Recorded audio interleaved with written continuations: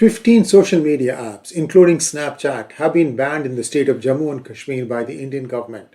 I wonder why. Well, one possible reason is that there's going to be a G20 meeting in Srinagar and the government wants to absolutely make sure that nothing untoward happens there. Let's take a quick look at all these apps. And before that, how did so many apps sprout up in such a short time? Well, one possible answer is that Signal, which is also a messenger app, just like WhatsApp, provides you open source. So in other words, you can go to GitHub, which is a repository, and download the code, and you can make the build yourself. And then if you know a little bit of programming, then you can rename the app to something else and then start making enhancements to it. And ergo, you have your own secure communicator app. So I'm going to walk through some of the apps that have been stopped and just give you an idea of the amount of development that's going on and how hard it is for intelligence agencies to be able to track some of the nefarious messaging that happens between the terrorists and the overground workers or their enablers across the border in Pakistan. This is just to give you an idea. It could be also happening elsewhere. China could be communicating to people in India or through Nepal, what have you. But you get the idea that there is a lot happening in terms of trying to sneak in under the government to try and create unrest in India. Here we go. Snapchat, you all know perhaps, it went public a few years ago. It has been losing money. One wonders what happened. Well, the unique selling proposition of Snapchat was that any message would disappear automatically after some time, so that your app did not take up space on your phone, and thereby, that kept it clean. So there were some other new things that Snapchat did. But once Signal and WhatsApp matched that feature, Snapchat lost its importance, and it has been a steady decline ever since. The problem with all these social media apps is how to monetize it. Even today, WhatsApp does not monetize it because it is difficult to try and charge people for like sending their messages, because if you start doing that, they'll start going back to using the phone. Also, we have to remember one thing, that many of such apps are banned in several countries. So don't try to say India is undemocratic. UAE, for example, today, WhatsApp is banned in United Arab Emirates. Why? Well, looks like maybe WhatsApp did not provide them with any assistance in terms of breaking conversations or whatever you have to do to try and understand or listen into some of the cryptic conversations between maybe bad elements in the society. Therefore, they said that, okay, we are going to ban WhatsApp. So if you can't use WhatsApp if one of the people that either the caller or the callee is in United Arab Emirates. This has been going on for so many times. But the United States, the 𝙒𝙖𝙩𝙬 Arab, they don't see all these things. Why? Because, even if they say that, so what? UAE will say, go take a walk. That's the point. At some point, India is going to tell America what exactly it thinks about its 𝙒𝙬 Arab.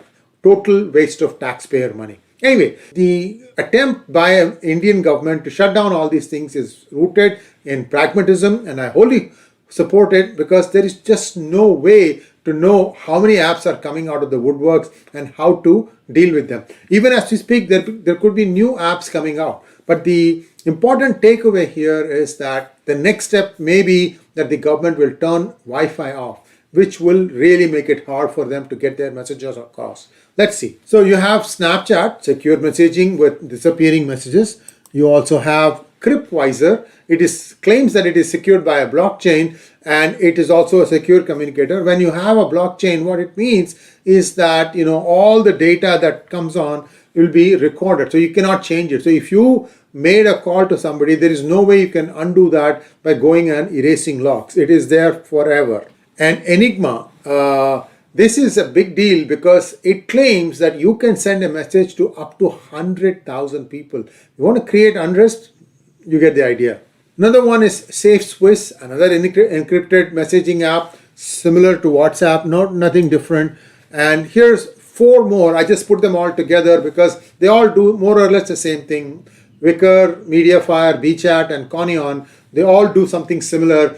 So all of these are all like WhatsApp-like apps that people are using now to message each one.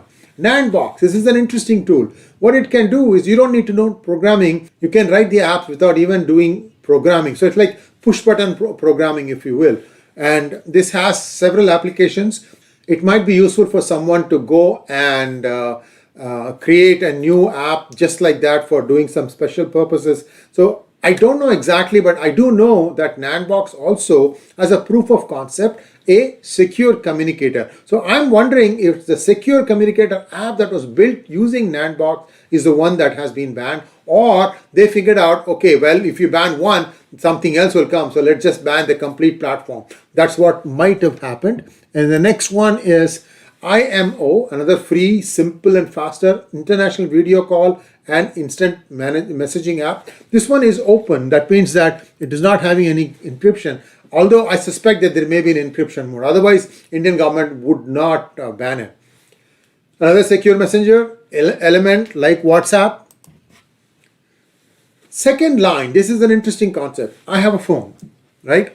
And it has a phone number. How is the phone number? It is given the phone number by it gets a phone number from the SIM card. Well, second line gives you, using software, a second phone number. So essentially what it means is you could enjoy two phone numbers on the same phone. It's useful if you are, say, having multiple handles in Twitter or multiple handles in some other social media app, and if each media app requires you to have a unique phone number, then this comes in very handy. So that one also is banned.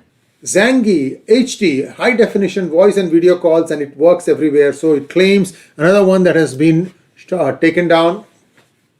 And 𝙒𝙗 finally.